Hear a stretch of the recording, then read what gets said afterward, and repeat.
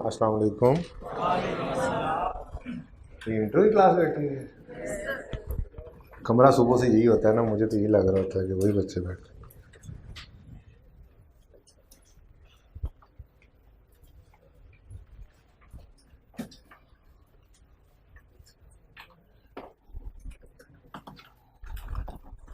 कैसे हैं आप लोग? कैसा रहा फिर KFC? KFC रहा है भी ऐसा ही।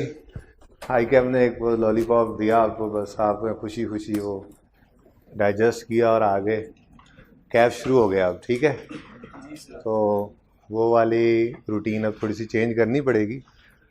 तो बाकी पढ़ा तो इंशाल्लाह मैं लूँगा ही आपको बाय हुक और बाय क्रुक, लेकिन जितने बच्चे ये सोच के आए थे कि आज इंट्रोडक्शन वगैरह होगा, उनके लिए इत्तलान अर्ज़ है कि आज हम पढ़ाई शुरू कर देंगे। वैसे कितने बच्चे ये सोच के आए थे कि आज सिर्फ इंट्रोडक्शन होगा? गुड, शाबाश। कम बच्चों ने माना, ज़्यादा सोच के आए होंगे इस तरह से। ठीक है, तो बाकी इंट्रोडक्शन होता रहेगा। देखें, मुझे नाम नहीं याद होते, मेरे जो स्टूडेंट्स हैं पुराने उनको पता है, मुश्किल से ही याद होते हैं नाम को 2-4 बच्चों के। मेरा नाम उन्होंने बता दिया होगा एडमिशन लेते हुए कि इसकी क्लास में बिठा रहे हैं, तो बस फिर काम चल जाएगा इंशाल्लाह। पढ़ाई आज शुरू करेंगे, लेकिन इम्पॉर्टेंट बात यह है कि आपको कमिटमेंट थोड़ी सी शो करनी पड़ेगी और कंसिस्टेंसी से शो करनी पड़ेगी। रोज़ का काम रोज़ करना पड़ेगा। मेरी कोशिश ये होती है कि होमवर्क आपको 1 घंटे से ज़्यादा का ना दिया जाए। 1 से सवा 1 घंटे का होमवर्क, इससे ज़्यादा नहीं देता मैं होमवर्क। उसकी वजह ये है कि आपके 3 पेपर्स हैं, तो वो तीनों पास करेंगे तो ही सीए होगा। मतलब 20 पेपर हैं तो सारे पास करने हैं, 19 हैं तो सारे करने हैं, 21 हैं तो जितने पेपर हैं वो सारे पास करने हैं ना जी। तो आपने 2 रखे हैं, 3 रखे हैं, 4 रखे हैं, वो सारे पेपर पास करना ज़रूरी होते हैं। ठीक है, तो इसलिए जो रूल ऑफ थंब आप अपने ऊपर अप्लाई कर सकते हैं सारे बैच के अंदर कि हम पासिंग की तरफ जा रहे हैं या फेलियर की तरफ, वो यही होगा कि अगर आप घर जाके 1 से सवा 1 घंटा हर पेपर को दे रहे हैं, जितने पर्चे आपने रखे हुए हैं वो इंशाल्लाह सारे पास हो जाएंगे। और अगर आप डेली बेसिस पे इतना टाइम नहीं दे रहे तो फिर मुश्किल हो जाएगा आपके लिए पास करना। एंड पे फिर लग गई थे रोज़ी, ना लगी थे रोज़ा वाला हो जाता है ना काम। हाँ जी, प्रेप लीव में पढ़ लिया, 1-2 पेपर पढ़ लिए, 3 रखे थे, 2 पास हो गए, 1 रह गया। जाते जाते 3 सोचा था, 1 छोड़ दिया, फिर एंड पे जाके 1 और छोड़ दिया, 1 ही दे दिया, वो 1 भी रह गया। इस किस्म के कई मामला फिर चलते हैं। तो ये कैफ के अंदर आके आपको ऐसे सीनियर्स मिलेंगे जिनसे नहीं मिलना आपने वैसे कोशिश करके। ठीक है, पास होने वालों से मिलिएगा, फेल होने वालों से नहीं मिला करते। बाकी अगर आप पढ़ेंगे तो इंशाल्लाह आई कैप कोई ऐसी कोई बात नहीं है। ये सिर्फ और सिर्फ ये कहानियाँ बनी हुई हैं कि आई कैप यूँ पेपर उठाता है, टेबल पे फेंकता है, जो ऊपर रुक जाते हैं वो पास हो जाते हैं, जो नीचे गिर जाते हैं वो फेल होते हैं। आई कैप का कोटा होता है, दिस एंड दैट, ये सब कहानियाँ हैं। अगर आप पढ़ेंगे और एक लेवल है आई कैप का अपना जिसके ऊपर वो प्रेपरेशन को चाह रहा होता है, उस लेवल पे आपकी प्रेपरेशन पहुंच गई है, तो पर्चा जैसा भी आया हो, मुश्किल हो आसान हो, आप पास हो जाया करते हैं। ठीक है जी, तो फिर पढ़ाई ही शुरू करते हैं जी। अकाउंटिंग ये बेस है आपकी। कैफ के अंदर ही आपको फाइनेंशियल 2 अकाउंटिंग्स इसके अलावा पढ़ना पड़ेंगी, और फाइनल के अंदर भी एक हैवी पेपर प्लस फिर उसके साथ एक MSA भी जुड़ रहा होता है। तो ये अकाउंटिंग आपके साथ चलनी है। तो ये फाउंडेशन है, ये बेस है जिसको आपने स्ट्रॉन्ग करना है। ये जितनी स्ट्रॉन्ग होगी आपकी ऊपर वाली बिल्डिंग उतनी आसानी से उसके ऊपर खड़ी होती चली जाएगी। जो बच्चे FAR 1 पढ़ रहे हैं, लेट्स से उन्होंने इंट्रो पढ़ा हुआ है, तो उनको ये बात पता चल रही होगी कि वही फाउंडेशन है, वही बेस है जिसके ऊपर फिर डिफरेंट कॉन्सेप्ट्स और डिफरेंट टॉपिक्स है वो आते चले जाते हैं। ठीक है, तो इंशाल्लाह कोशिश करेंगे ना, डेली का काम डेली करना है। आपने बस 3 काम करने हैं पासिंग की तरफ जाने के लिए। 1, छुट्टी से बिल्कुल परहेज़ करना है। छुट्टी करने का नुकसान आपका ही होता है, शदीद नुकसान होता है। कॉन्सेप्ट्स में जो है वो कनेक्शंस मिस होने लग जाते हैं। आप डेली आते रहेंगे तो कनेक्शंस मिलते रहेंगे। कुछ छोटी सी बात हुई हुई क्लास के अंदर अक्सर जो है वो एग्ज़ाम के अंदर क्वेश्चन बन रही होती है। तो एक आपने छुट्टी से परहेज़ करना है। दूसरा, थोड़ा सा होमवर्क हुआ करता है जो 2-3 दिन में, कल से होपफुली मिलने लग जाएगा। आज तो सिर्फ कुछ बातें जो मैं करूँगा वही याद करके आप कल आ जाएंगे।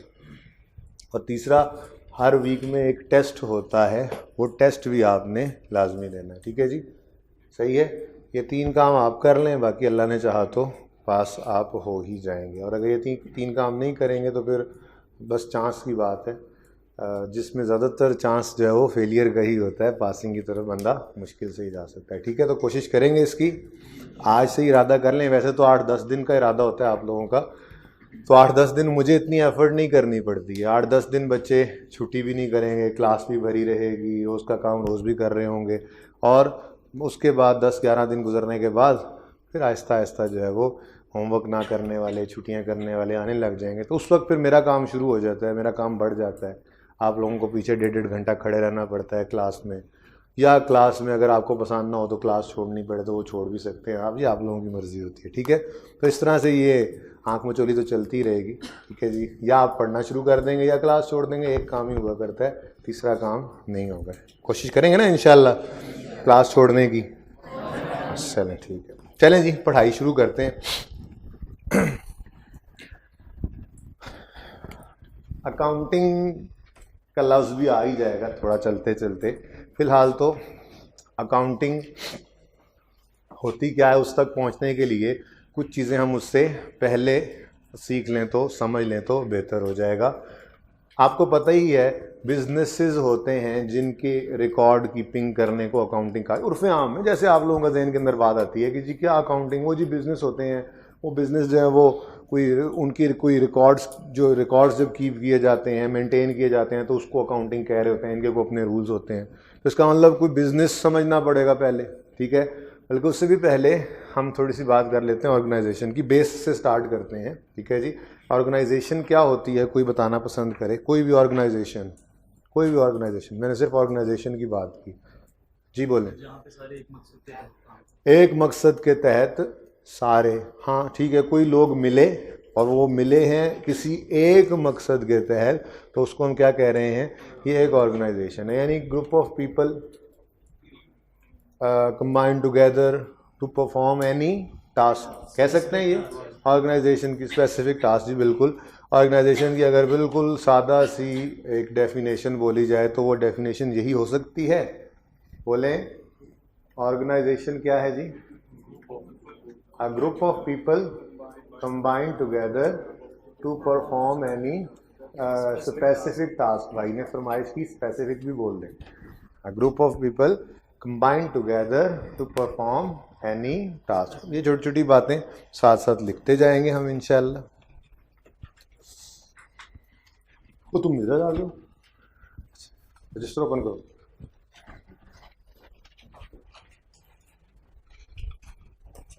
नहीं बैठे तो नहीं रह गए? हाँ, दोबारा आए हो?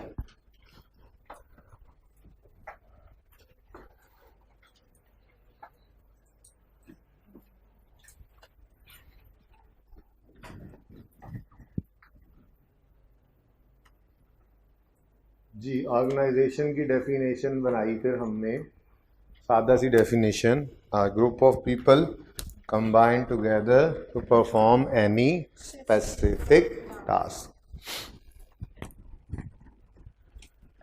अच्छा जी, कोई एग्जाम्पल भी होनी चाहिए फिर कि जी ऑर्गेनाइजेशन हम किसे कह सकते हैं। मिसाल के तौर पे नहब, डराओ ना यार। अच्छा जी, शौकत खानम मेमोरियल हॉस्पिटल है जी, क्या ऑर्गेनाइजेशन है? क्यों ऑर्गेनाइजेशन क्यों है? कुछ लोग मिले हुए हैं और मिलकर एक काम, एक स्पेसिफिक टास्क जो है वो उन्होंने जहन में रखा हुआ, वो क्या है? कैंसर के पेशेंट्स का इलाज करना। ठीक है जी, ईदी ऑर्गेनाइजेशन है? बोलें, ऑर्गेनाइजेशन क्यों है? कुछ लोग मिले हुए हैं और उनका कोई जो है वो स्पेसिफिक टास्क है, वो सोशल वेलफेयर के लिए काम कर रहे हैं। राइज वाले, क्या ऑर्गेनाइजेशन है राइज? जी, कुछ लोग मिले हुए हैं, उनका भी स्पेसिफिक कोई टास्क है। ऐसे ही डॉक्टर्स हॉस्पिटल है आपके सामने, डॉक्टर हॉस्पिटल भी एक ऑर्गेनाइजेशन कह सकते हैं। कुछ लोग मिले हुए हैं, group of people combined together for any specific task. आप कैफ के बाद ऑडिट फर्म में जाएंगे, ऑर्गेनाइजेशन कहेंगे उसको? ग्रुप ऑफ पीपल है, कंबाइंड हैं किसी एक स्पेसिफिक टास्क के लिए, ठीक है। तो ये कुछ ऑर्गेनाइजेशंस के मैंने नाम बोले। ये रॉयल फैन वाले हैं, रॉयल फैन बनाते हैं नहीं बनाते? रॉयल फैन को हम ऑर्गेनाइजेशन कहेंगे? ये भी ग्रुप ऑफ पीपल हैं, ये भी कंबाइंड हैं किसी एक स्पेसिफिक टास्क के लिए, पंखे बनाते हैं, बेचते हैं, ठीक है। तो कुछ ऑर्गेनाइजेशंस के नाम आपके सामने लिए मैंने, ठीक है जी। और नाम लेने से ही कुछ कुछ अंदाज़ा हो रहा था कि इनकी शायद टाइप्स डिफरेंट हैं। जैसे शौकत खानम की बात की, जैसे एदी की बात की, ऑर्गेनाइजेशन तो ये भी थी, ठीक है, लेकिन शायद इन ऑर्गेनाइजेशंस का मकसद प्रॉफिट मैक्सिमम करना है ना? प्रॉफिट मैक्सिमाइजेशन है? प्रॉफिट मैक्सिमाइजेशन नहीं है, इनका मकसद सोशल वेलफेयर है। प्रॉफिट मैक्सिमाइजेशन आपके पास राइज की एग्जांपल है, स्कैन्स पैक की, बिजनेस ऑर्गेनाइजेशंस है। मैं बिजनेस की डेफिनेशन की तरफ जा रहा हूँ। आपके पास डॉक्टर्स हॉस्पिटल है, आपके पास रॉयल फैन है, आपके पास ये एक्सन है, आपके पास ग्री है, आपके पास ये सब क्या है? ऐसी ऑर्गेनाइजेशंस हैं जो प्रॉफिट मैक्सिमम करना चाहेंगी अपना, ठीक है। तो इसका मतलब हम ऑर्गेनाइजेशन की टाइप्स की अगर बात करें तो वो दो तरह की ऑर्गेनाइजेशंस हमें नज़र आ रही हैं। एक वो ऑर्गेनाइजेशन होती है जो नॉट फॉर प्रॉफिट ऑर्गेनाइजेशन होती है। क्या होती है जी? Not for profit organisation, non profit भी कहते हैं, चलें आसान से आसान बात यही। नॉट फॉर प्रॉफिट ऑर्गेनाइजेशन, अच्छा जी, नॉट फॉर प्रॉफिट ऑर्गेनाइजेशन का पर्पस बता सकते हैं आप? Social welfare. इनका पर्पस क्या होता है जी? पर्पस है जी, पर्पस सोशल वेलफेयर। जाग रहे हैं जी? Social welfare. Non profit organisation का मकसद क्या है? प्रॉफिट कमाना इनका मकसद नहीं होता। इनका मकसद क्या होता है? सोशल वेलफेयर करना, ठीक है जी। एग्जाम्पल मैंने आपको दी थी अभी,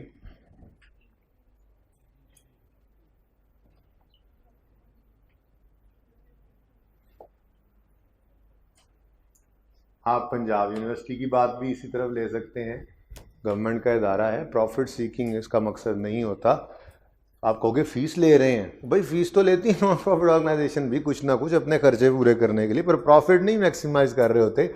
बहरहाल इसकी अकाउंटिंग चूँकि हमने यहाँ पे पढ़नी नहीं है नॉन प्रॉफिट ऑर्गेनाइजेशन की, इसलिए ज़्यादा डिस्कशन इसकी नहीं करूँगा।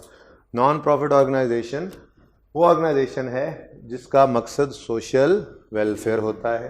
तो दूसरी किस्म कौन सी है जी? Profit seeking organisation. Profit seeking कह लें, प्रॉफिट ओरिएंटेड कह लें। प्रॉफिट सीकिंग ऑर्गेनाइजेशंस का प्राइमरी ऑब्जेक्टिव सोशल वेलफेयर होता है? नो सर, प्रॉफिट जी नहीं, सोशल वेलफेयर ये कोई जो है वो अल्लाह वास्ते नहीं बैठे हुए रॉयल फैन वाले, राइज वाले, डॉक्टर हॉस्पिटल वाले, पैक स्कैन्स वाले, और ये आपके फर्गूसन वाले के पीएमजी वाले, ये लोगों का कोई मकसद सोशल, ठीक है सोशल रिस्पॉन्सिबिलिटीज़ भी कुछ होती हैं, कुछ इनकी वैल्यूज़ होती हैं, बट इनका प्राइमरी ऑब्जेक्टिव क्या होता है? Profit maximization. क्या मकसद है जी? Profit maximisation. एग्जाम्पल्स में हमने कहा था जी क्या एग्जाम्पल दी थी बोलो?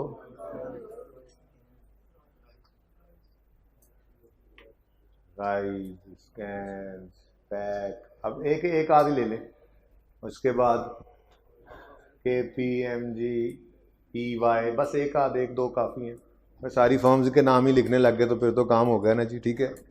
ऐसे ही डॉक्टर्स हॉस्पिटल, ऐसे ही रॉयल फैन जो सामने नज़र आ रहे हैं, ऐसे ही फिलिप्स के ये बर्की कुमकुमे बनाते हैं ये लोग, फिलिप्स, एट्सेट्रा एट्सेट्रा। काफ़ी एग्जांपल्स आ गई इनकी। प्रॉफिट सीकिंग ऑर्गेनाइजेशंस हैं, ठीक है। ओके, अब बात करें, बिजनेस की बात ढूंढने निकले थे ना कि बिजनेस क्या होता है, ठीक है। तो हमने इमरान खान को कहा, इमरान खान, सियालकोट वाले क्या कहेंगे, अमरान खान जी, भाई अमरान खान, आपका जो शौकत खानम है ना, आपका बड़ा ज़बरदस्त बिजनेस है, आप बड़ा अच्छा बिजनेस कर रहे हैं, तो ठीक कह रहे होंगे ना। वो खान साहब कहेंगे यार ठीक है, मेरे साथ आजकल बहुत वो वाली हो रही है और मुझसे बिल्कुल वो काम नहीं हो रहा जो मैं करने आया था, लेकिन जो काम मैंने सही किया हुआ है ना उसको तो कुछ ना कहो, मैंने वो बिज़नेस नहीं जो है वो स्टैंड किया, वो तो मेरी एक नॉन प्रॉफिट ऑर्गेनाइजेशन है, ऐसा कोई मकसद नहीं है मेरा वहाँ पे, मैं बिज़नेस नहीं कर रहा वहाँ पे, वो तो सोशल वेलफेयर, वो तो सोशल वेलफेयर हो रही है। या ईदी साहब जब जिंदा थे, कोई उनसे कहता वाह जी वाह ईदी साहब आपका क्या बिजनेस चल रहे हैं, क्या बिजनेस कर रहे हैं आप, तो क्या उनको मुनासिब लगता है ये, तो यार मेरी सारी ज़िंदगी लग गई है सोशल वेलफेयर करते करते, तुम कह रहे हो ये बिजनेस है। तो इसका मतलब नॉट फॉर प्रॉफिट ऑर्गेनाइजेशंस ही नहीं है, हैं ऑर्गेनाइजेशंस तो हैं, these are organizations, these are organizations, but not businesses या business organizations, ठीक है जी। organizations तो हैं बट इनको हम बिजनेस नहीं कह सकते, इनको बिजनेस कहेंगे तो ये लोग माइंड भी करेंगे और सही माइंड करेंगे, बिजनेस थोड़ा ही है। तो इसका मतलब बिजनेस ऑर्गेनाइजेशंस कौन सी ऑर्गेनाइजेशंस होंगी, जिनका प्राइमरी ऑब्जेक्टिव क्या है, प्रॉफिट मैक्सिमाइजेशन, तो इनको हम कहते हैं दीज आर बिजनेस ऑर्गेनाइजेशंस, या पूर्व आम में इनको क्या कह लेंगे हम, बिजनेस, ठीक है। तो not for profit organization business नहीं है, ऑर्गेनाइजेशन है, तो बिजनेस फिर क्या कहलाएगा, बिजनेस हम कहेंगे जी बिजनेस वो एक ऐसे सेट ऑफ पीपल होता है बिजनेस के जिनका प्राइमरी ऑब्जेक्टिव क्या होता है, प्रॉफिट मैक्सिमाइजेशन, ठीक है जी। तो बिजनेस क्या है, कुछ लोग मिलकर मकसद क्या है उनका, प्रॉफिट को मैक्सिमाइज करना चाह रहे हैं, तो हम क्या कहेंगे कि ये जो लोग मिले हुए हैं ये लोग एक ऑर्गेनाइजेशन है, जो कौन सी ऑर्गेनाइजेशन है, बिजनेस ऑर्गेनाइजेशन। ये बात समझ आई है, चल यहाँ तक कुछ लिखना है तो जल्दी जल्दी लिखें, उसके बाद आगे बढ़ते हैं।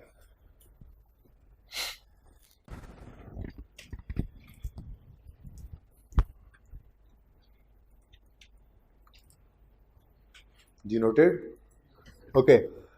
नॉन प्रॉफिट ऑर्गेनाइजेशन की अकाउंटिंग हम जाके सीखेंगे FAR 1 के अंदर, ये इंट्रोडक्शन टू अकाउंटिंग के सिलेबस में नहीं है। इसका मतलब हमारा फोकस कहाँ पे होगा जी, प्रॉफिट सीकिंग ऑर्गेनाइजेशंस पे। हम अकाउंटिंग सीखेंगे भी किसकी, प्रॉफिट सीकिंग ऑर्गेनाइजेशन। हमारे सिलेबस में कौन सी ऑर्गेनाइजेशंस को हम फोकस कर रहे होंगे, प्रॉफिट सीकिंग ऑर्गेनाइजेशन को, ओके, क्लियर है ये बात। चलिए, तो हमने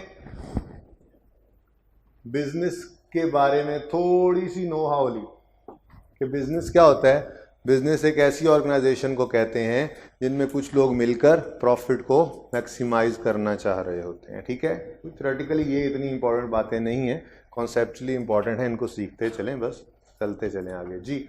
बिजनेस क्या है जी, बिजनेस एक ऐसी ऑर्गेनाइजेशन को कहते हैं जिसमें कुछ लोग मिलकर क्या करना चाह रहे होते हैं, प्रॉफिट को मैक्सिमाइजेशन, प्रॉफिट की मैक्सिमाइजेशन चाह रहे होते हैं। अब अगली बात, इस बिजनेस यानी इस ऑर्गेनाइजेशन जिसकी हम बात कर रहे हैं, जिनका मकसद प्रॉफिट कमाना है, इसकी भी कुछ टाइप्स हैं।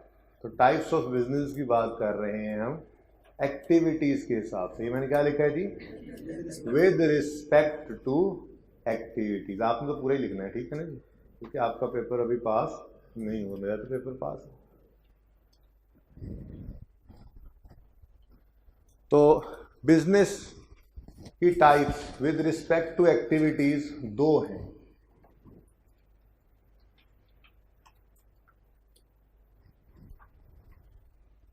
दो है, आपने बताना है कोई तीसरी है या नहीं है। दो है, एक बिजनेस चीज़ें बनी बनाई खरीदता है, आगे बेच देता है। जनरल स्टोर, आपकी गली के नुक्कड़ पे कोई भी जनरल स्टोर, वो क्या है? वो भी एक बिजनेस है, लेकिन वहाँ पे कभी आपको जो घी वहाँ पे बिक रहा है तो कोई पीछे घी की मिल लगी नज़र नहीं आ रही, या जो वो चीनी बेच रहा है कोई शुगर मिल उसके पीछे लगी हुई नज़र नहीं आ रही। बनी बनाई फिनिश गुड्स ले रहा है और उनको अपना मार्जिन रख के बेच रहा है। तो इसका मतलब वो तिजारत कर रहा है, सादी वाली, बोलो सादा तिजारत कर रहा है, यानी ट्रेडिंग कह सकते हैं इसको, ट्रेडिंग बिजनेस कह सकते हैं, trading organization, trading business. Trading business सबसे सादा वाला बिजनेस। ट्रेडिंग, ट्रेडिंग जिसको उर्दू में क्या कहते हैं? तिजारत। तिजारत का मतलब खरीदो फरोख्त, बिल्कुल, बाइंग एंड सेलिंग, यानी कि ट्रेडिंग बिजनेस वाले बाय करते हैं चीज़ों को और सेल करते हैं अपना मार्जिन रख के। ठीक है जी। तो फिर आपने फौरन कहा अच्छा तो 2 टाइप्स तो फिर यही हो गई ना, दूसरी फिर कौन सी होगी? ये चीज बनी बनाई खरीद के बेच रहा है तो फिर दूसरा बिजनेस क्या करेगा? वो चीज बना के बेच लेगा। तो बनाने को क्या कहा जाता है? मैन्युफैक्चरिंग। तो इसका मतलब दूसरी टाइप बिजनेस की कौन सी हुई? Manufacturing business. मैन्युफैक्चरिंग बिजनेस का काम क्या है जी? पहले क्या करेंगे? मैन्युफैक्चर करेंगे, बनाएंगे चीज को और फिर सेल कर देंगे, खुद बेचें या किसी डिस्ट्रीब्यूटर के थ्रू। ठीक हो गया और सही है? मैं कहता हूं जी इसकी कोई एग्जांपल तो आप बता सकते हैं इसकी एग्जांपल? बोले। नहीं, वो ट्रेडिंग बिजनेस नहीं है। सिगरेट बेच जो रहा है लेकर, अगर वो सिगरेट खोखा बेच रहा है तो वो ट्रेडिंग बिजनेस है।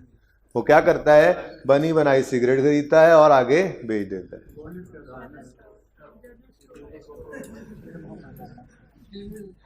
बेटा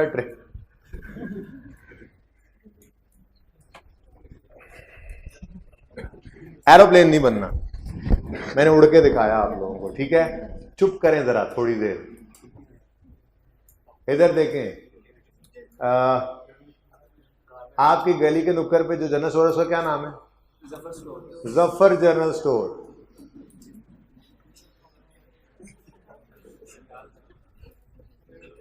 ठीक है जी, चलें थोड़ा आगे बढ़ते हैं। हाइपर स्टार, थोड़ा और आगे बढ़ते हैं। मेट्रो सीएनसी, बात समझ आ रही है? थोड़ा और आगे बढ़ते हैं। जलाल सन्स, काफी है। इनमें से किसी को भी आप जाके देखें तो इनकी कोई अपनी मैन्युफैक्चरिंग नहीं हो रही होती। ये रिटेलर्स हैं, बनी बनाई चीज़ें, ट्रेडर्स हैं, ट्रेडिंग करते हैं, बनी बनाई चीज़ें खरीदते हैं और बेच देते हैं। ठीक है, Goldie will come now. Okay जी। तो ये है ट्रेडिंग बिजनेस। और मैन्युफैक्चरिंग बिजनेस का काम क्या है? चीज़ पहले बनाना फिर बेचना। बेचने के लिए वो खुद बेचें, जैसे आपको नज़र आता होगा बड़े बड़े स्टोर्स होते हैं सर्विस के, बाटा के।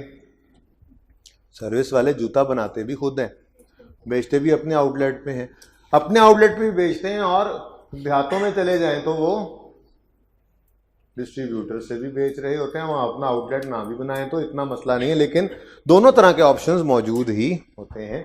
बहरहाल काम उनका क्या है? पहले गुड्स बनाना और फिर बेचना। तो मिसाल के तौर पे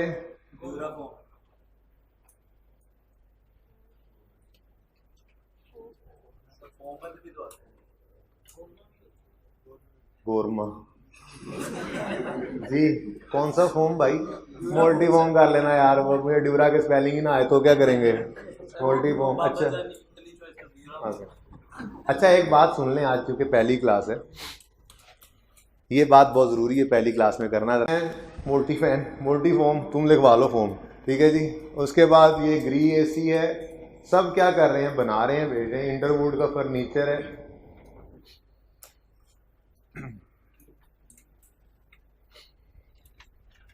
तो मेरे ख्याल में बस यही दो किस्म के बिजनेसेस हो सकते हैं, या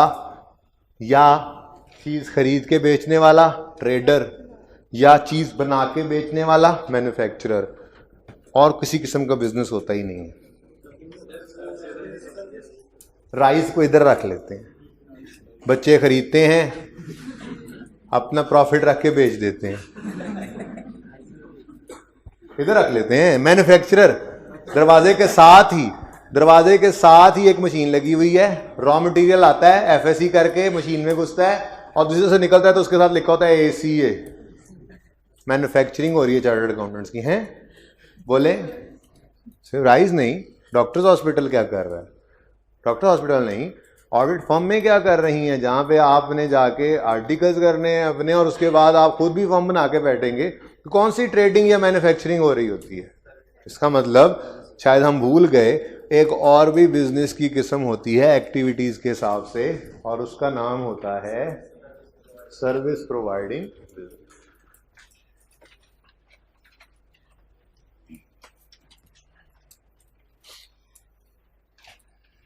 जी, सर्विस प्रोवाइडिंग बिजनेस असल में ना वो पहले 1-2 दिन बताना पड़ता है आप लोगों को, आदतें आपकी खराब होती हैं, ICAP से भी और AFC से भी। तो आदतें सही कर लेंगे ना इंशाल्लाह, अल्लाह ने चाहा तो सही हो जाएंगे।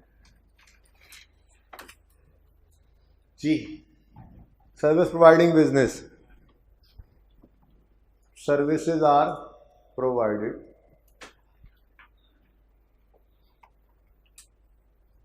Against a fee. साइज वाले आपको कहते हैं जी हम टीचिंग सर्विसेज देंगे और उसके अगेंस्ट आपसे फी चार्ज करते हैं, तो ये भी एक मॉडल है बिजनेस का, सर्विस प्रोवाइडिंग बिजनेस। तो भाई 3 तरह के बिजनेसेस हुआ करते हैं, ट्रेडिंग बिजनेस, मैन्युफैक्चरिंग बिजनेस और सर्विस प्रोवाइडिंग बिजनेस। सबसे सिंपल कौन सा लग रहा है आपको? कुछ लोगों को ये भी लग रहा होगा सर्विस प्रोवाइडिंग, है ना? सर्विस प्रोवाइडिंग तो यार सबसे आसान है, हम जाते हैं वहाँ पे, फीसें हमसे ले लेते हैं, वहाँ पे एक बंदा रोज़ आता है, वो कैसेट चलाता है, प्ले बोलता जब क्लास ख़त्म होती है तो स्टॉप करके निकल जाता है, अगली क्लास में जाते जाते रिवाइंड करता है, फिर प्ले हैं। या डॉक्टर हॉस्पिटल, वाह वाह क्या बात है, 15 मिनट लगाए उस कंसल्टेंट ने, 3000 रुपये 15 मिनट के ले लिए जी, क्या बात है जी, 5000 ले लिए जी उसने। सबसे सिंपल काम ही यही है सर्विस प्रोवाइडिंग, ऐसा कुछ नहीं होता, ठीक है। काम ये बहुत मुश्किल है। सर्विस प्रोवाइड जो कर रहा होता है उसके पीछे फिर काफ़ी कुर्बानियाँ होती हैं, जैसे अभी तो आप इंट्रो में आए हैं, ठीक है जी। ऐसे ही डॉक्टर्स हैं, कंसल्टेंट्स हैं, वो कई साल से बैठे हैं, कितना उन्होंने पढ़ा होता है, तो मेहनतें होती हैं, तजर्बा होता है, तो लग ये सिंपल रहा है। भारत सबसे सिंपल काम ये है, आप में से कोई भी किसी भी वक्त ट्रेडर बन सकता है। जेब में पड़ा हुआ मोबाइल साथ वाले को बेच दो, लिया था 20,000 का, बेच दो 21,000 का, ठीक है, 1000 का प्रॉफिट आ गया। अब 21,000 के 2 मोबाइल जाके खरीदो फीस सेंटर से, ठीक है जी, 11,500 के 2 मोबाइल खरीदो और अगले दिन फिर 2 मुर्गे सालो, शीशे में उतारो, 15,000 के 2 बेच दो उनको, ठीक है जी, 30,000 लेके चले जाओ। अभी आप क्या कर रहे हो? बाइंग सेलिंग, अपना प्रॉफिट रख, अपना मार्जिन रख के, ठीक है। तो सबसे सिंपल काम कौन सा है जी? ट्रेडिंग, ठीक है। और सबसे कॉम्प्लेक्स काम मैन्युफैक्चरिंग है, बहुत मुश्किल काम है, मिल लगानी पड़ी, रॉ मटेरियल लाना पड़ा, बंदे रखने पड़े, पता नहीं क्या कुछ करना पड़ता है। अगेन लकीली इसकी अकाउंटिंग हम पढ़ेंगे FAR 1 के अंदर जाके। तो अब थोड़ा सा मैं चीज़ों को थोड़ा सा मैं स्पॉटलाइट में आपके ला रहा हूँ चीज़ें, कि हमने कहाँ किधर टारगेट हमारा क्या है, कहाँ हमने ऑपरेट करना है। तो पहली बात जो है, हम प्रॉफिट सीकिंग ऑर्गेनाइजेशन की तरफ जाएंगे, और दूसरी बात उसमें भी हम सिंपल ट्रेडिंग बिजनेस की तरफ जाएंगे। सर्विस ऑर्गेनाइजेशन तो इससे भी सिंपल अकाउंटिंग है, बहरहाल आप कह सकते हैं, देख लेंगे कहीं पे क्वेश्चन देख लेंगे इसका भी आगे, तो वो ज़्यादा सिंपल होता है। बहरहाल हम मैन्युफैक्चरिंग बिजनेस की तरफ नहीं जाएंगे, हम अकाउंटिंग जिसकी कर रहे होंगे वो एक तो प्रॉफिट सीकिंग ऑर्गेनाइजेशन होगी, दूसरा वो ट्रेडिंग वाला बिजनेस होगा। मैन्युफैक्चरिंग बिजनेस की अकाउंटिंग हमारे सिलेबस में नहीं है, नॉन प्रॉफिट ऑर्गेनाइजेशन की अकाउंटिंग भी हमारे सिलेबस में नहीं, ठीक है जी। खैर ये बात ओके, नोट कर लें अगर करना है। बात हमने की ऑर्गेनाइजेशन क्या है, फिर बिजनेस ऑर्गेनाइजेशन किसे कहते हैं, फिर किस किस किस्म के बिजनेसेस होते हैं, फिर बेसिकली चाह ये रहा था कि हम ये जहन के अंदर बस बैठ जाए हमारे कि हमने करना क्या होगा। हमने बेसिकली ट्रेडिंग या सर्विस ऑर्गेनाइजेशन की के बिजनेसेस की अकाउंटिंग सीखनी होगी यहाँ पे, ठीक है जी। अच्छा, तो अब अकाउंटिंग है क्या? बिजनेस जिसको आप लिखेंगे नहीं ट्रेडिंग बिजनेस, हमें पता ही है कि मैन्युफैक्चरिंग की अकाउंटिंग तो हमारी है ही नहीं। बिजनेस के अंदर अकाउंटिंग किसे कहते हैं, क्या अकाउंटिंग क्या होती है? देखें, आपने एक बरकत मार्केट में एक दुकान शुरू करनी, इरादा कर लिया आपने, स्टेशनरी की दुकान, ठीक है जी। C1 स्टेशनर्स, C1 है ना आप लोग? C1 है ना? खैर है, स्टेशनरी कारोबारी क्या हो गया, बड़ी बड़ी दुकानें हैं फिर। और बिजनेस कर रहे हो, कुछ नहीं होता, क्या हो गया जी? C1 स्टेशनर्स हो आप। आपने इरादा किया ये बरकत मार्केट, ये ना सही, थोड़ी सी इधर सही, बरकत मार्केट, यहाँ पे हम स्टेशनरी की दुकान बनाएंगे, ठीक है जी। तो आपने दुकान खरीदी या किराए पे ली, कोई बात नहीं, दोनों तरह से काम हो सकता है, ठीक है। इससे भी पहले सोचा जाए तो आप घर से पैसे तो लेके आए होंगे ना, ठीक है।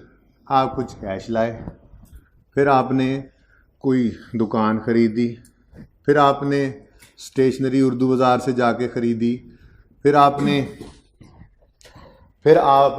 शेल्फ बनाए दुकान में, हैं जी, फर्नीचर ख़रीदा कुछ, फिर आपने एक छोटू रखा, ठीक है जी, वो जो भाग भाग के काम करता है, ठीक है। तो उसकी कोई सैलरी आपने पे की होगी।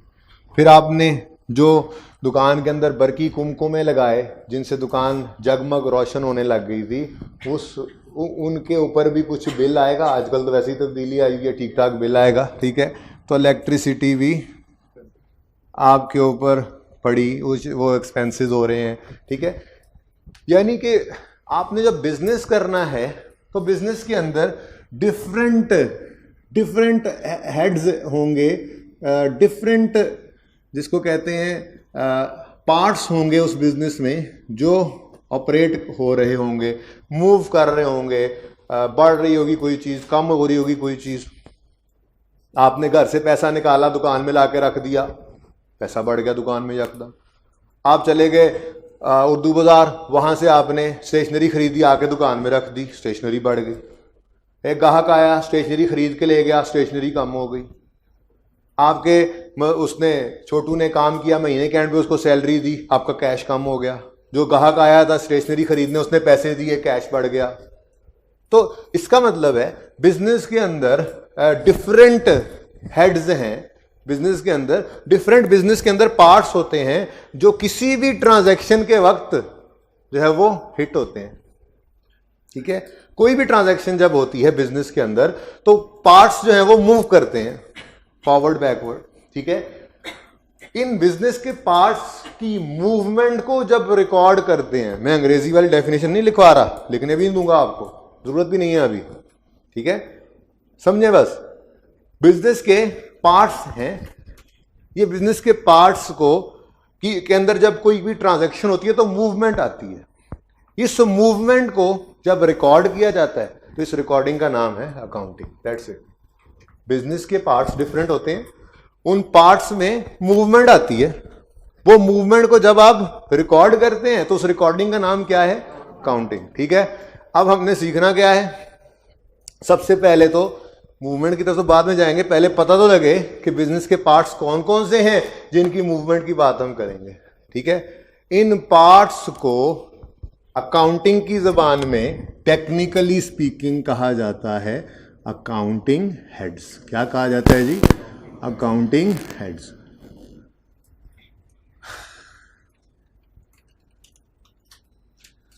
ये जो हेड्स आज और कल के दिन में हम मुकम्मल पढ़ लेंगे, सारी अकाउंटिंग इन्हीं हेड्स के ऊपर बेस करती है। यही मेन हेड्स होंगे, यही वो पार्ट्स हैं बिजनेस के। अच्छा, जब ये हेड्स पढ़ लेंगे फिर इनके अंदर मूवमेंट को सीखना शुरू करेंगे।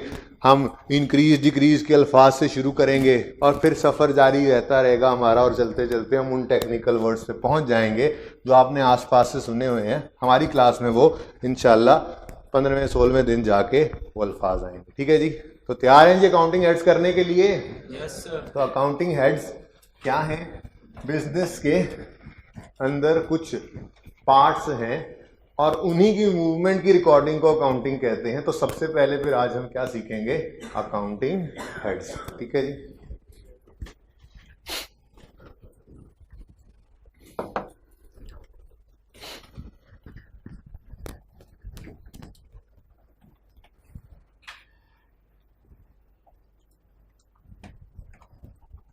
सबसे पहला हेड अकाउंटिंग के अंदर हम सीखेंगे एसेट्स। पहले डेफिनेशन लिखेंगे, उसके बाद फिर मैं कुछ एक्सप्लेन करता रहूँगा, एग्जांपल्स भी आती रहेंगी इंशाल्लाह। ठीक है जी। यार ये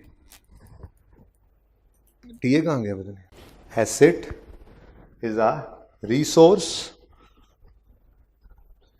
asset is a resource owned by the business, owned by the business, owned by the business, which will give benefit in future.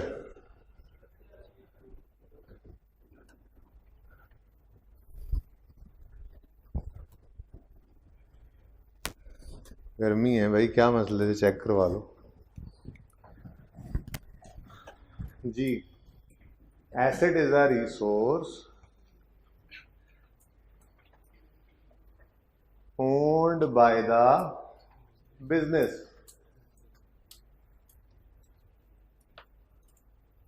which will give benefit in future.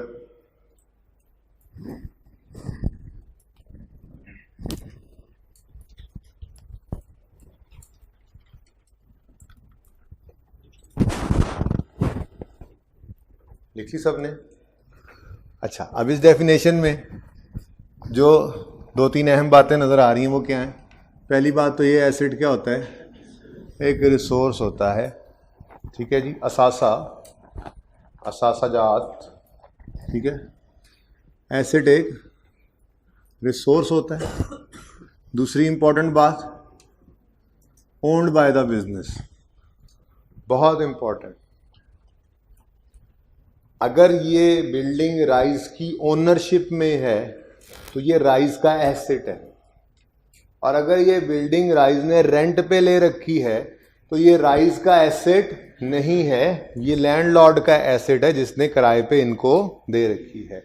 Very important. Asset, आपका business के अंदर asset होने के लिए ज़रूरी क्या है?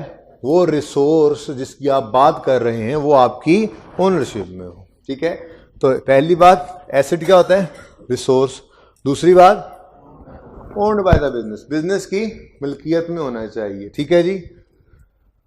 और तीसरी अहम बात, विच will give benefit in future, वो आपको फ्यूचर में क्या दे? बेनिफिट, ठीक है जी। ये तीन अहम बातें हैं इस डेफिनेशन के अंदर। रिसोर्स होना ज़रूरी है, ओनरशिप में होना ज़रूरी है, और फ्यूचर बेनिफिट्स दे, ये भी ज़रूरी है। ओके, ठीक है। अच्छा जी। अच्छा, जहाँ कन्फ्यूजन आए क्वेश्चन पूछने में शर्म नहीं करनी। जो मैंने थोड़ी देर पहले आपको ऐसे दो चार गरम गरम बातें सुनाई हैं ना जी, वो बातें इसलिए नहीं थी कि आप जो पढ़ रहे हैं उसमें कुछ समझ ना आए तो बैठे रहें। आपको 10 बार समझ ना आए, आप 10 बार पूछें, नो इशू, ठीक है जी। हमारे पास बहुत टाइम है, संडे से लगा लेंगे एंड पे जाके, दौड़ नहीं लगा सकते हम पढ़ने में, लगेंगे नहीं इंशाल्लाह। लेकिन यह कि आपने ये कतन नहीं करना कि आपका कोई कन्फ्यूजन है और आप उसको लेके क्लास से बाहर चले गए, ठीक है।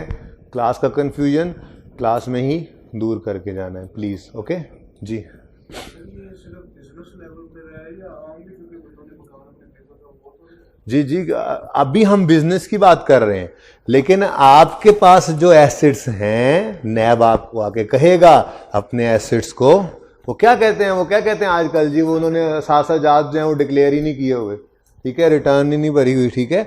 तो एसेट की डेफिनेशन यही है, चाहे वो आपके लिए है, चाहे वो मेरे लिए है, चाहे वो राइस के लिए है, चाहे वो रॉयल बैन के लिए है, लेकिन बात अलग हो रही है। बात हम कर इस वक्त किसकी रहे हैं? बिजनेस की, यानी एक ऑर्गेनाइजेशन जिसका मकसद प्रॉफिट मैक्सिमाइजेशन है।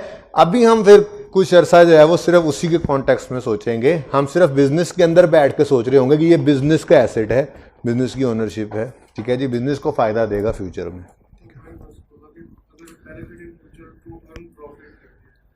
अभी यही लिखो जी, यहां तक को मसला चेंज नहीं करना, जो लिखा हुआ है, जो समझाया है, उसकी बात कर रहा हूं, ठीक है। अगर मगर विल कम इंशाल्लाह, ठीक है जी। ओके, जरा पास कीजिएगा। अच्छा जी, तो फर्दर 2 क्लासिफिकेशन हो सकती हैं रिसोर्सेज की। वो रिसोर्सेज जिन्होंने फ्यूचर में हमें फ़ायदा देना है, वो रिसोर्सेज जो हैं उनकी मज़ीद 2 क्लासिफिकेशंस की जा सकती हैं। अगर तो उस रिसोर्स ने हमें अगले कई साल फ़ायदा देते रहना है। एक रिसोर्स है बिजनेस के पास, resource owned by the business which will give benefit in future years, future 10 years, मिसाल के तौर पे अगले 10 साल में इस रिसोर्स ने हमें फायदा देते रहना है। तो मैं क्या ये कह सकता हूं कि हमारे इस रिसोर्स की जो लाइफ है वो ग्रेटर देन 1 ईयर है? बोले ग्रेटर देन 1 ईयर का मतलब 1 साल या उससे ज्यादा। 1 साल को छोड़ो, अब ये कुछ बच्चे आज जब पढ़ाऊंगा ना ये सोचने लग जाए 1 साल, एग्जैक्ट 1 साल का क्या करें, चलो इससे नीचे वाले तो इधर आ जाएंगे शायद, कुछ ऊपर वाले उधर जा रहे हैं, जो एग्जैक्ट 1 साल होगा उसका क्या करेंगे वो फिर देखेंगे, ठीक है जी। फिलहाल आपने बस ऐसे ही सोचना है जिसकी लाइफ 1 साल से ज्यादा है, ठीक है। ऐसा रिसोर्स जिसने अगले कई साल तक हमें फायदा देते रहना है, तो हम क्या कहेंगे, इसकी लाइफ 1 साल से ज्यादा है। ऐसा रिसोर्स जिसने अगले कई साल तक हमें फायदा देते रहना है, या यूं कह लें कि उससे फायदा हासिल करने के लिए हमें अगले कई साल उसे इस्तेमाल करना पड़ेगा। मिसाल के तौर पे आपने आज एक बिल्डिंग कंस्ट्रक्ट की, आज शायद उस बिल्डिंग कंस्ट्रक्ट करने के ऊपर आपका 1 करोड़ रुपया लग गया हो, ठीक है। अब आप कहो नहीं जी नहीं, 1 महीने के अंदर अंदर ये सारा फायदा दे हमें, क्या ये मुमकिन है? नहीं, आपको शायद अगले 10 साल तक किराए पे चढ़ा के इससे पैसे रिकवर करने पड़े। बात समझ आ रही है? तो रिसोर्स तो है आपका, ओनरशिप में भी है आपके, और इसलिए जो फायदा देना है वो फायदा देने के लिए आपको इसको अगले कई साल तक इस्तेमाल करना पड़ेगा। तो ये जरा मुश्किल बात होगी। फिलहाल फिर वापस आसान बात की तरफ आए कि रिसोर्स वो जो अगले कई साल फायदा देने के लिए तैयार हो, हम उसको क्या कहेंगे? हम उसको कहेंगे नॉन करंट रिसोर्स, यानी नॉन करंट एसेट। क्या नाम देंगे जी? Non current asset. Non current का मतलब पता है, करंट अफेयर्स भी सुना हो, करंट अफेयर्स आजकल के क्या हालात चल रहे, ठीक है। तो ये नॉन करंट है, ठीक है। नॉन करंट का दूसरा नाम जो ज्यादा अच्छा समझ आता है वो क्या है जी? फिक्स्ड एसेट्स, ठीक है जी। लेकिन ये फिक्स्ड एसेट्स से ज्यादा नॉन करंट एसेट्स इस्तेमाल होता है। बहरहाल दोनों ही इंटरचेंजेबली यूज होते हैं। ऐसा रिसोर्स जिससे आने वाले फायदे की उम्र, या यूं कहें जिससे फायदा हासिल करने के लिए अगले कई साल उसे इस्तेमाल करना पड़ता है, ऐसे रिसोर्स को हम क्या कहते हैं? नॉन करंट एसेट या फिक्स्ड एसेट। मिसाल के तौर पे लैंड, क्या ख्याल है? ऐसे ही है ना, लैंड से तो फायदा, आपने आज जमीन खरीद ली और अगले कई साल तक आप उसको रखें, एप्रिसिएशन का फायदा भी है, ठीक है। आप उसके ऊपर बिल्डिंग बना लें, अगले कई साल तक किराए पे चढ़ी रहेगी, ठीक है जी, फायदा आ रहा है। ऐसे ही बिल्डिंग भी है। ऐसे एसेट्स हैं जिनकी लाइफ 1 साल से ज़्यादा है। ऐसे एसेट्स नहीं है जो 1 साल में ही ख़त्म हो जाएंगे, दम तोड़ जाएंगे, ऐसे एसेट्स तो नहीं है। बिल्डिंग है, प्लांट है, मशीनरी है, इक्विपमेंट है, फर्नीचर है,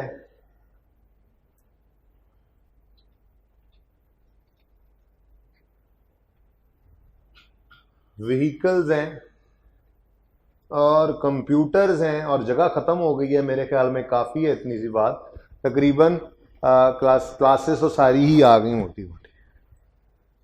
ठीक है जी, ये सब के सब एसेट्स ऐसे एसेट्स हैं कि जिनकी खसूसियत ये है कि वो 1 साल से ज़्यादा अरसे तक आपके साथ रह के आपको फ़ायदा देते हैं। इन सब रिसोर्सेज की कैरेक्टरिस्टिक क्या है कि ये 1 से ज़्यादा साल तक आपके साथ रह के आपको फ़ायदा पहुंचाते हैं। Land, building, plant, machinery, equipment, furniture, computer and vehicles. भाई सही है और समझ आई? नोट बाद में कीजिएगा। कुछ एसेट्स, कुछ रिसोर्सेज, अब ध्यान से पढ़ेंगे, इससे आगे नहीं पढ़ेंगे, एसेट्स पे बात रोक देंगे। जाहिर सी बात है, अभी यहाँ पे कुछ बातें हैं तो कह रहा हूँ। ठीक है जी, एसेट्स पे बात रोक देंगे। नोट करने पे कभी भी आपने जोर नहीं लगाना, ठीक है? नोट बेशक बाद में, पहले समझा करेंगे, तसल्ली से देखा करेंगे मैं क्या लिख रहा हूँ, उसके बाद मैं आपको टाइम दिया करूँगा, आप नोट कर लिया करेंगे। ठीक है, यहाँ पे आपने कॉपी करने नहीं आना क्लास के अंदर कि बस ठीक है वो बोर्ड पे जो लिखा गया मैं फटाफट बस लिख लूँ। वो तो आप किसी दोस्त को भेज दिया करें, वो तस्वीर खींच के ले जाया करेगा। तस्वीर नोट ही करना है तो घर बैठ के किया करें।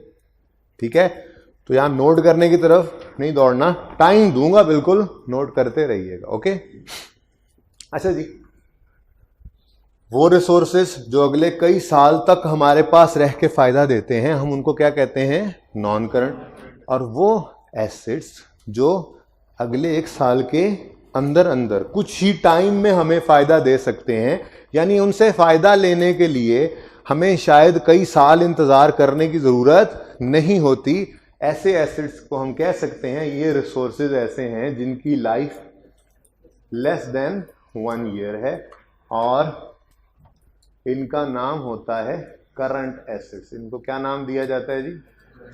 Current assets. अब नॉन फिक्स्ड ना लिखने लग जाना इसके साथ, बस करंट एसेट्स। ठीक है, मिसाल के तौर पे आपकी जेब में पड़ा हुआ कैश, आपकी जेब में पड़ा हुआ कैश क्या रिसोर्स है? ये ना कहना कि पड़ा ही नहीं है। ठीक है, वो कह रहे नहीं है, रिसोर्स नहीं है। क्या अब्बा जी का आपको मिल गए ना? हाँ, आपको मिल गए ना पैसे, अब्बा जी से भी मिलेगा, आपको मिल गए ना, अब आपका रिसोर्स है जी। ठीक है, हाँ अच्छा जी, आपके जेब में पड़ा हुआ कैश ये क्या है? आपके पास एक रिसोर्स है। ठीक है, और कैश तो ऐसा रिसोर्स है कि मेरे गिर जाए तो ये उठा के भाई कहेगा मेरे हैं, तो ओनरशिप वाली भी इतनी टेंशन नहीं। बहरहाल कैश क्या है? आपकी जेब में पड़ा हुआ एक रिसोर्स है, आपके जेब में है तो ओन्ड बाय यू। ठीक है, और फ्यूचर में बेनिफिट देगा जी, बिल्कुल देगा, बल्कि इस एसेट को शायद फायदा लेने के लिए हमें 5 साल रखने की जरूरत नहीं है। ऐसे जेब से निकालो, ऐसे बर्गर खा लो। सही है, शेर बन गया। ऐसे जेब से निकालो, ऐसे बर्गर खा लो। ठीक है जी, तो रिसोर्स तो है, कैश रिसोर्स तो है। ठीक है जी, और ओनरशिप में भी है, जाहिर है बिजनेस की दराज में पड़ा होगा, दुकानदार की दराज में पड़ा होगा, तो उसी का कैश है।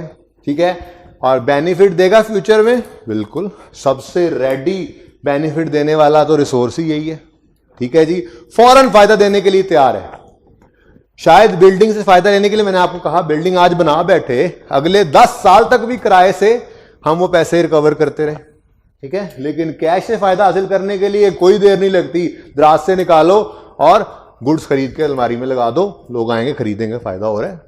ठीक है, और वही समझ आ रहा है। तो कैश भी क्या है? कैश क्या है? करंट एसेट नहीं है, कैश एक रिसोर्स है जो कि बिजनेस की ओनरशिप में है, जो कि फ्यूचर में तो ऐसे रिसोर्स को जो फ्यूचर में फायदा दे और वो फायदा अगले कुछ ही दिनों में मिल जाए, अगले साल के अंदर अंदर, हमें कोई जरूरत नहीं है इसको 10 साल रखने के लिए। उसकी कैरेक्टरिस्टिक ऐसी है कि वो फायदा देने के लिए फौरन तैयार है। सबसे ज्यादा करंट, सबसे ज्यादा लिक्विड एसेट है ये कैश, उसी वक्त फायदा देने के लिए तैयार है। तो हम इसको क्या कहते हैं, है तो ये एसेट ही, लेकिन इसकी नेचर की वजह से इसकी क्लासिफिकेशन क्या है, ये करंट एसेट है। ठीक है, ये क्या है, करंट। अच्छा जी, ये तो है कैश आपके हाथ में जो पड़ा है या जेब में पड़ा है, कैश इन हैंड कहते हैं। अगर आपके पास बैंक में कोई पैसे पड़े हैं तो क्या वो आपका नहीं, बैंक का रिसोर्स है? बोले, वो भी आपका ही रिसोर्स है और वो भी बिल्कुल लिक्विड ही है मेरे ख्याल से। ठीक है, नहीं नहीं, थोड़ी सी देर ही लगेगी, एक चेक ही लिखना है। नहीं,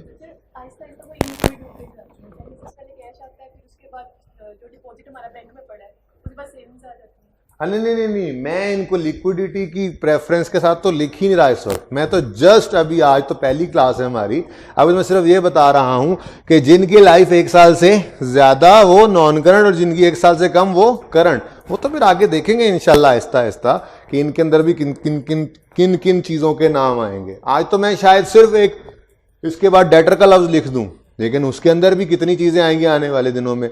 सिर्फ इन्वेंट्री लिखते हैं, अभी तो चलेंगे आगे। आज तो पहली क्लास है, लोग तो इंट्रोडक्शन के लिए आए थे, मैं तो ऐसे ही फंसा लिया, पढ़ाने के ऊपर लगा दिया। बहरहाल जी, तो कैश इन हैंड, ठीक है जी, करंट एसेट रिसोर्स है, ठीक है, ओनरशिप में है, फायदा देने के लिए बिल्कुल रेडी खड़ा है।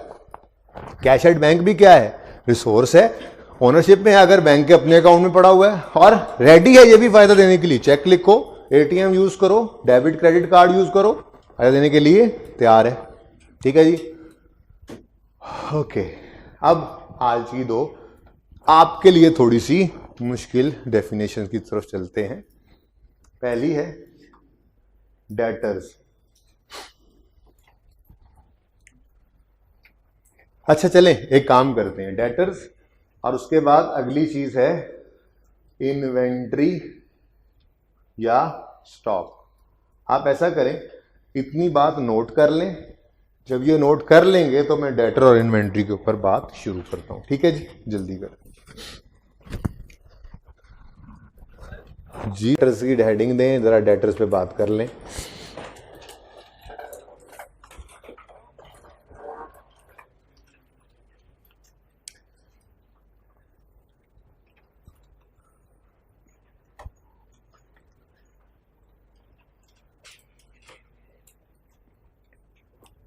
सुने जी,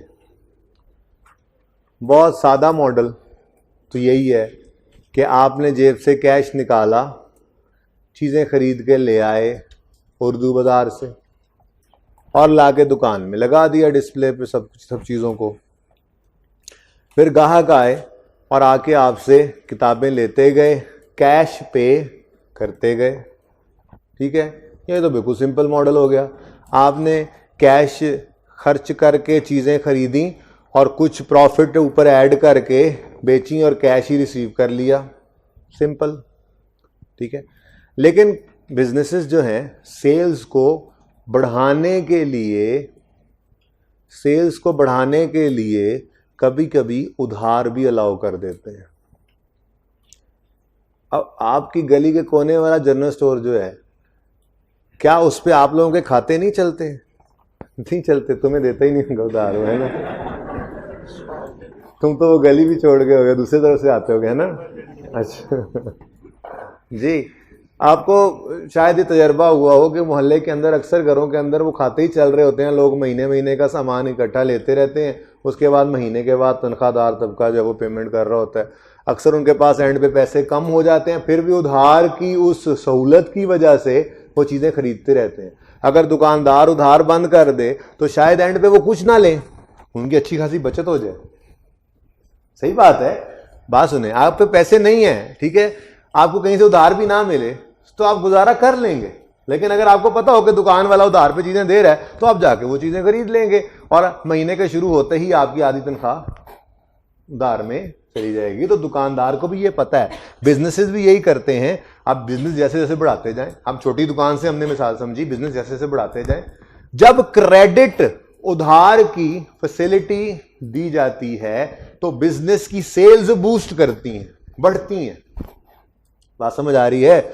जब कोई भी बिजनेस उधार की सहूलत देगा तो उसकी सेल्स, उसका रेवेन्यू, ये क्या सेल्स रेवेन्यू आ रहे हैं, ये भी बस इन्हीं हेड्स के अंदर ही है। ये जो मैंने हेड्स की हेडिंग दी है इसके अंदर ये भी आ रहे हैं। बहरहाल उर्फे आम में आपको पता है, दुकानदार को बैठा होता है, हाँ जी बड़ी सेल होगी जी, आज बड़ी सेल। क्या सेल हो गई भाई? चीजें जो रखी हुई थी बिक गई हैं, सेल हो गई। ठीक है, तो सेल्स को बूस्ट करते हैं बिजनेसेस उधार पर चीजें देकर। ठीक है, तो इसका मतलब हमने चीजें खरीदी तो कैश देकर, फिर चीजें हमने बेची उधार पे। अब ये जिसको हमने उधार पे बेची है ना, इसको डेटर कहते हैं। मैंने पहले आपसे सवाल करना है, फिर डेफिनेशन लिखवाता रहूंगा। मैंने कहा बिजनेस ने, हमने जो भी सोचना है ना, हमने बिजनेस बन के सोचना है अब थोड़ी देर के लिए। ठीक है, मुंशी बन रहे हो ना, बिजनेस के मुंशी हो तुम लोग। ठीक है, तो मुंशी नहीं, अकाउंटेंट, मुंशी भी कहते हैं। माइंड क्यों कर रहे हैं आप लोग? कितने बच्चों ने माइंड किया मेरी इस बात को? मुंशी कहा मैंने, एक ने, दो ने।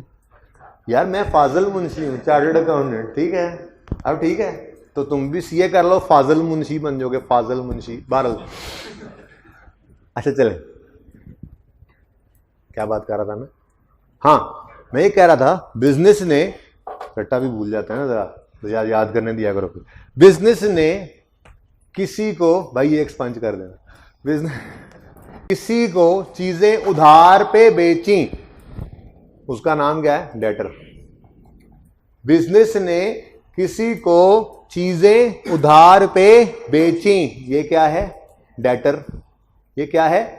डेबिटर नहीं पढ़ना, बड़े हो जाओ। ठीक है, डेटर है। ठीक है, बी साइलेंट। बिजनेस ने किसी को चीजें उधार पे बेची, ये क्या है? बिजनेस के लिए क्या है? तो फिर मैं इसको एसेट के कॉलम में क्यों लिख रहा हूं? सोच के बता दो, डेफिनेशन मिल जाएगी। हैं? और रिसोर्स को कहते हैं जो फ्यूचर में फायदा दे। वो साड़ी चीजें भी ले गया थे, आप लोग उसको एसेट भी कह रहे हैं। वो हमारी चीजें भी ले गया है, फ्यूचर में पैसे आएंगे जी, बिल्कुल फ्यूचर में पैसे। तो डेटर बिल्कुल एक रिसोर्स है, फ्यूचर में इससे फायदा भी आएगा in the form of cash, in the form of. तो ऐसे नहीं, डेटर को मैंने एसेट्स में लिखा था, बिल्कुल एसेट है। बिजनेस ने किसी को चीजें उधार पे बेची तो फ्यूचर में बिजनेस को उससे क्या आएगा?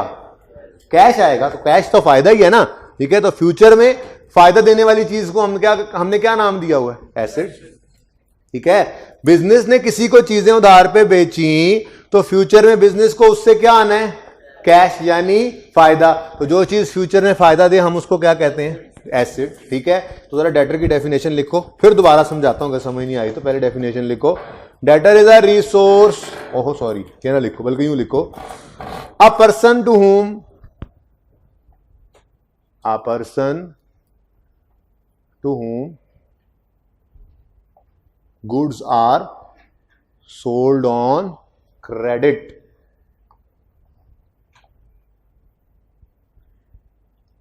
अब बाय बिजनेस लिखने की जरूरत नहीं है, बस हम बिजनेस के बारे में बात करें। लिखना चाहो तो लिख लो, a person to whom goods are sold on credit by the business.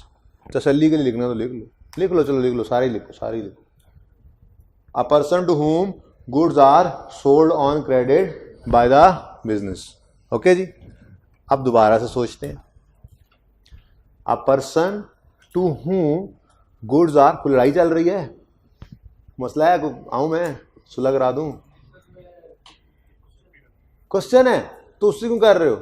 वो उसको इधर भेज देता हूं, मैं बैठता हूं उधर जाके, थका हूं वैसे भी मैं सुबह से पढ़ा के। जी बोले क्वेश्चन। जी नहीं हो सकता, ये वजह बताता हूं। आपका क्वेश्चन बिल्कुल वैलिड है, पर थोड़ा सा सब्र कर दो, मैं डेफिनेशन लिखवा के एक बार पक्का कर लेना बच्चों को कि हाँ भाई डेटर ये होता है, फिर मैं बताता हूं कि करंट ही क्यों। ठीक है, क्वेश्चन वैलिड है। जी क्या बोला मैंने? A person to whom goods are sold on credit. Credit कहते हैं उधार को, ठीक है, अंडरलाइन करके लिख लो उधार, ये ना हो कि आधे बच्चे घर जाके सोचते रही क्रेडिट का क्या मतलब है। क्रेडिट कहते हैं उधार। क्रेडिट को तुमने लोन लिख लिया, अंग्रेजी के ऊपर अंग्रेजी नहीं लिखनी, गुनाह मिलता है। देखो उधार, हाँ लोन काटो, ऐसे क्रेडिट मतलब उधार। ओके जी, अच्छा जी, बिजनेस ने जिसको चीजें उधार पे बेची वो बंदा बिजनेस के लिए क्या है? डेटर। डेटर क्यों है? क्योंकि अच्छा नहीं, यूं नहीं, यूं कहें, जिस आदमी को बिजनेस ने चीजें उधार पे बेची वो क्या है? बिजनेस का डेटर। और डेटर को आपने क्या कहा है? एसेट। करंट नॉन करंट को छोड़ो, वो भी भाई का जवाब देता हूं तो ये जवाब फिर समझ में आ जाएगा कि करंट नॉन करंट, करंट ही क्यों, वो बाद में देखते हैं, ठीक है। फिर सुने, बिजनेस ने जिसको उधार पे चीजें बेची वो बिजनेस का डेटर। और डेटर क्या है? एसेट। एसेट कैसे है ये? क्योंकि जिसको चीजें उधार पे दी जाएं फ्यूचर में वो आपको पे करेगा, फ्यूचर में उससे आपको फायदा होना है। अभी कल हम लायबिलिटी पढ़ेंगे तो एक क्रेडिटर आएगा जिससे हम चीजें उधार पे खरीदेंगे। ओ बोलो ये नहीं सुनना, ये नहीं सुनना, भूल गया। समझ आया? थोड़ा सा वैसे थोड़ा सा टच किया मैंने, थोड़ा सा मैंने कहा उलट साइड पे भी जाएंगे। हम भी बिजनेस भी किसी से उधार पे चीजें लिया करेगा, बिजनेस उसको पैसे दिया करेगा, वो फायदा तो नहीं है ना। किसी को पैसे हमने देने तो उल्टा बोझ है। कल पढ़ाऊंगा ये कल पढ़ाऊंगा, वैसे ही ज़हन बनाया थोड़ा सा। वापस आओ, डेटर। डेटर कौन है? A person to whom business has sold some goods on credit. Different हो गई जी। डेटर क्या है? Person to whom goods are sold on credit. A person to whom goods are sold on credit. ये asset क्यों है? क्योंकि future में फायदा आना है। कौन सा फायदा? कैश आना है, हमें उससे कैश आना है। यहां तक डिसाइडेड बात? अच्छा, अब भाई साहब ने एक क्वेश्चन किया, बिल्कुल वैलिड क्वेश्चन है। थोड़ी देर में ये ना करते तो मैं खुद ये क्वेश्चन करता अपनी तरफ से कि आप बताएं। भाई साहब ये पूछ रहे थे कि डेटर को आपने करंट एसेट ही क्यों कहा? नॉन करंट भी तो हो सकता है। यानी हमने जिसको पैसे उधार पे दिए, चीजें उधार पे दी हैं, वो बंदा हमें हो सकता है 3 साल बाद पैसे दे। वो बंदा हमें बोलो, तो मैं फिर इसको कहूंगा फिर तुमने बिजनेस कर लिया। क्या कहूंगा मैं? फिर तुमने बिजनेस कर लिया। देखो भाई, बिजनेस की नॉर्म की बात करूंगा। बिजनेस में नॉर्मल अजम्पशन क्या है? आपने किसी को जो चीजें उधार पे दी हैं तो वो महीने 1.5-2 में पैसे वापस कर देगा। नहीं तो फिर भाई आपने कर लिया बिजनेस, आपने 5 लाख रुपए का सामान खरीदा था, जाके बिजनेस शुरू किया और सारे का सारा उधार पे बेच दिया और हर बंदे ने कहा 5 साल बाद पैसे मिलेंगे। आपने दुकान बंद करके आके आप घर पे बैठ गए। क्या ये नॉर्मल अजम्पशन होनी चाहिए? तो डेटर के केस में नॉर्मल अजम्पशन ही क्या है बिजनेस की, कि ये 2 से 3 मैक्सिमम 2-3 महीने के अंदर अंदर पैसे आने चाहिए। अगर हम वाकई बिजनेस कर रहे हैं, अगर हम वाकई प्रॉफिट कमाना चाहते हैं, फायदा कमाना चाहते हैं, तो फिर जल्द से जितना जल्दी पैसा वापस देगा डेटर, हम मजीद चीजें खरीद के फिर बेचेंगे।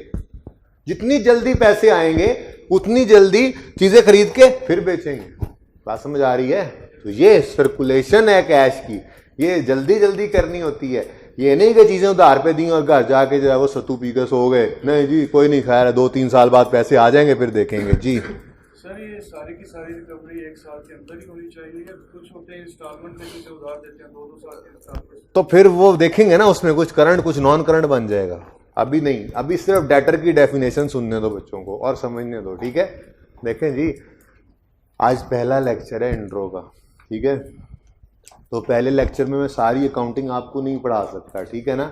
ये सब की सब चीज़ें इंशाल्लाह आएंगी। आखिर तक जाते जाते जो सिलेबस में है वो सब कुछ हमने पढ़ लेना है। फिर FAR 1 भी पढ़नी है, FAR 2 भी पढ़नी है, फिर आपने फाइनल भी पढ़ना है। तो ये काम तो चलता रहेगा। कोशिश ये करें कि अभी, क्योंकि अभी आप नए नए आए हैं, बहुत सी चीज़ें ऐसी आपको लगेंगी कि यार ये भी पूछना है, ये भी पूछना है, बिल्कुल ठीक होगा, लेकिन शायद उसका टाइम थोड़ा सा आपको जो है वो मतलब थोड़ा सा होल्ड करना पड़ेगा। ये स्टार्ट है इस वजह से, क्योंकि स्टार्ट के अंदर कुछ बच्चे बीकॉम से आए हुए हैं, कुछ बच्चे आईकॉम करके आए हुए हैं, कुछ बच्चे एफएससी वाले हैं, कुछ जो है वो सादा एफए वाले भी आए हुए हैं, ठीक है। तो डिप्लोमा वाले भी हैं, मैथ का भी नहीं पता होता किसी को, तो सब के सब इंशाल्लाह अगले 20 दिन में बराबर होंगे। लेकिन तब तक आप लोगों ने थोड़ा सा, मेरे लिए सब बच्चे एक जैसे हैं ना, तो जो अकाउंटिंग बैकग्राउंड से नहीं है, कोशिश करनी है कि उनको ज़रा आपने तंग नहीं करना। मेरी कोशिश यही होगी कि मैं उनको तंग ना होने दूं। 20 दिन बाद फिर देखेंगे आप लोगों में कितना दम है और उनमें, ठीक है। वो सब फिर एक जितने हो जाएंगे, बराबर हो जाएंगे। बात समझ आ रही है? ओके, अच्छा जी। तो डेटर क्या है? डेटर बोलो। A person to whom goods are sold on. इसको एसेट क्यों कहा? करंट एसेट क्यों कहा? नॉर्मल अजम्पशन यही है कि बिजनेस ने जिसको चीजें उधार पे बेची हैं वो जल्द से जल्द पैसे दे ताकि हम दोबारा वो पैसा इन्वेस्ट कर सकें, ठीक है। ये लिखने की जरूरत नहीं है, बस आपको ये ज़हन में होना चाहिए। डेटर कौन सा एसेट है? करंट। डेटर कौन सा एसेट है? करंट। एसेट क्यों है? फ्यूचर में इससे फायदा आना in the form of cash. Current क्यों है? नॉर्मल अजम्पशन है, बस किसी को बताने, कोई पूछ रहे तो बता देना, लिखना कहीं नहीं होता। ओके, नेक्स्ट क्या है जी? Inventory, stock. ऐसे ही है, हेडिंग तो बना ले, मैं जरा सांस ले लूं।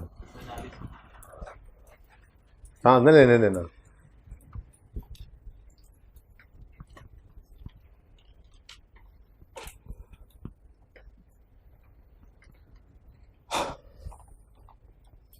अच्छा जी, इन्वेंट्री या स्टॉक एक ही बात है। इन्वेंट्री लिख लें सब, दोनों स्लैश डाल के लिख लें, बहरहाल दोनों का ही पता होना चाहिए।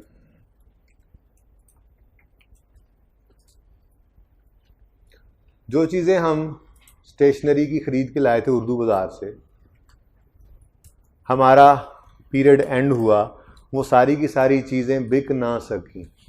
कुछ चीज़ें बिकने से रह गईं, कुछ चीज़ें बिकने से, तो उनको मैं क्या कहूँ? ये सेल है, बिक गई। ये परचेज हैं, खरीदी नहीं। ये हमारे, और सुनते नहीं हो आप लोग आमतौर पे, दुकानदार के पास कोई दूसरा दुकानदार है, हाँ भाई आप दूध का कितना स्टॉक पड़ा है? स्टॉक का मतलब क्या है? खरीदी हुई चीज है, अभी आगे बेची नहीं, ठीक है। तो सादा सी डेफिनेशन इसकी भी लिखो, इन्वेंट्री की लिखो, unsold items, unsold items which were purchased for selling purpose. Unsold goods or items, unsold items which were purchased for selling purpose.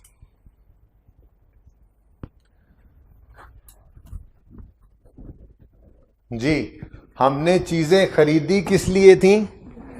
Selling पर, परचेज खरीदी, सेलिंग पर्पस बेचने के लिए, और वो है क्या? अनसोल्ड। क्या है जी? अनसोल्ड। खरीदी थी किस मकसद के लिए? बेचने के लिए। बिकी नहीं तो अनसोल्ड ना। तो वो चीजें, ये बहुत जरूरी है, ये बात याद रखना, वो चीजें जो हमने खरीदी थी आगे बेचने के लिए, वो चीजें, वो गुड्स जो हमने खरीदी थी आगे बेचने के लिए, उनको अगर हम ना बेच पाएं तो जो उनमें से बिकने से रह गई हैं उनको हम क्या कहा करते हैं? इन्वेंट्री या स्टॉक, ठीक है जी। तो डेफिनेशन क्या बनी? Unsold items which were purchase for selling purpose. अच्छा जी, तो अगर ये अनसोल्ड है तो ये तो फायदा नहीं दे रही, उल्टा नुकसान दे रही है। एसेट कैसे कह लिया इनको?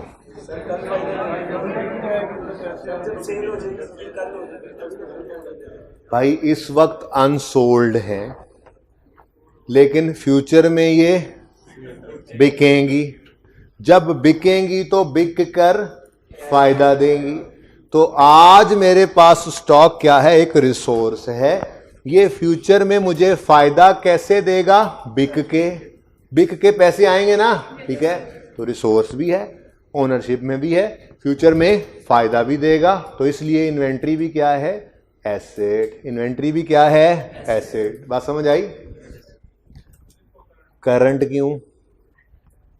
उसी बंदे ने सवाल किया है। अब किसने किया है? हाँ तुम ही बताओ, बताओ ना भाई। देखो मैंने डेटर के बारे में भाई को बताया, उसने सवाल नहीं किया। डर के नहीं किया या समझ आ गई है? समझ आ गई। तुम भी बताओ।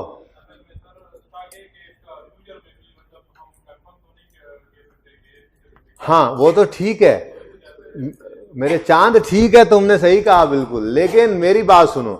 क्या मैं ऐसा बिजनेस बनना पसंद करूंगा कि जो मेरे पास आज स्टॉक पड़ा है अनसोल्ड, अगले 10 साल वो ना बिके? नहीं।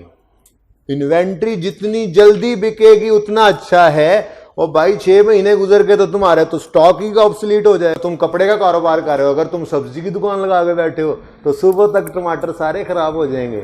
ठीक है, तो इन्वेंट्री की नॉर्म बिल्कुल वही है। आप जल्द अज जल्द अपनी इन्वेंट्री को कन्वर्ट करना चाहेंगे सेल में, ताकि उससे फायदा आए और फिर नई इन्वेंट्री खरीद कर रखी जाए।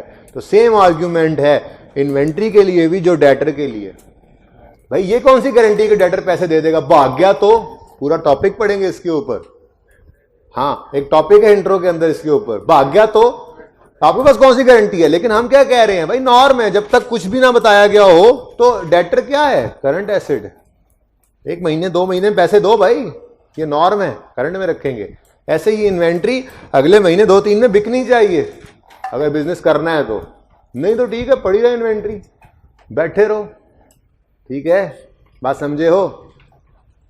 ओके जी, आज के लिए इतना ही। ये डेफिनेशंस कल याद करके आइएगा। जिंदगी रही तो कल मिलेंगे।